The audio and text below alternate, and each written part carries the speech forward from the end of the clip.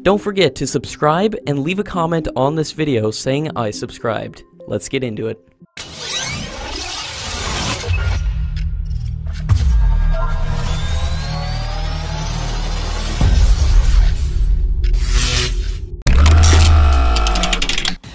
The Russian Minister of Industry and Trade Denis Manchurov has said that the Indian Air Force already operates over 250 Su-30 fighter jets, and Russia is also interested in selling the Su-57 stealth fighter to India. Russia is exploring possibilities of exporting its latest Su-57E stealth fighter to India, and is keen to cooperate with India in sharing the fifth-generation fighter jet technology with India. And the United Aircraft Corporation had submitted all the necessary documentation required for the approval to export the Su-57, and will soon get the clearance from the President to export the fighter jet. Explaining the transformation of the Tejas Mark II from a light combat aircraft to a medium-weight fighter, a senior designer of the Tejas aircraft has said in a briefing in New Delhi that the Tejas Mark II is now being built as a replacement for the Mirage 2000 medium fighter jet by the Indian Air Force, rather than the lightweight MiG fighter jets that are up for retirement soon. However, this is probably the first time that user-driven changes are driving a platform into an altogether different category. The medium-weight fighter is now required to have greater range and endurance, and it will have 11 hardpoints as compared to the earlier 7 hardpoints of the Tejas Mark I, and will carry advanced systems like the MBDA's SCALP missile, the Israeli Crystal Maze and Spice 2000 guided systems, the BrahMos next-generation system, Astra Beyond Visual Range system, and the new generation anti-radiation system.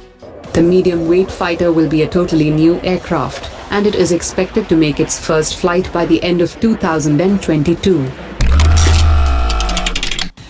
According to latest reports, a combat management system developed by the private industry for India's first indigenous aircraft carrier has been handed over to the Indian Navy. The combat management system was developed by Tata Power SED, and was done after the successful completion of all tests and trials.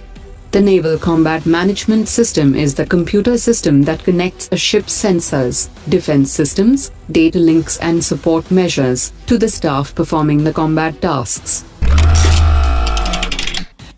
According to latest reports, the Pentagon has strongly denied the reports that the US has spied on India's anti-satellite test by sending a reconnaissance aircraft to monitor the development.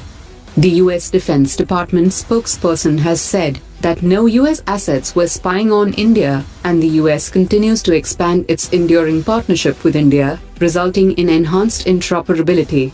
The commander of the US Air Force Space Command, Lieutenant General David Thompson, has told the American lawmakers that the US was aware of India's upcoming anti-satellite test due to the announcement of flight ban by India, and the Joint Space Operations Center had began tracking about 270 different objects in the debris, and he also stated that the International Space Station was not at risk. The Indian Foreign Secretary is heading to Russia this weekend for discussions on the proposed rules for keeping outer space peaceful in the backdrop of India's anti-satellite test. Russia has welcomed India to actively join the joint efforts of the international community, and Russia has also acknowledged India's right to conduct the ASAT test, and Russia has highlighted the non-directedness of this test against any specific country, as declared by the Indian leadership.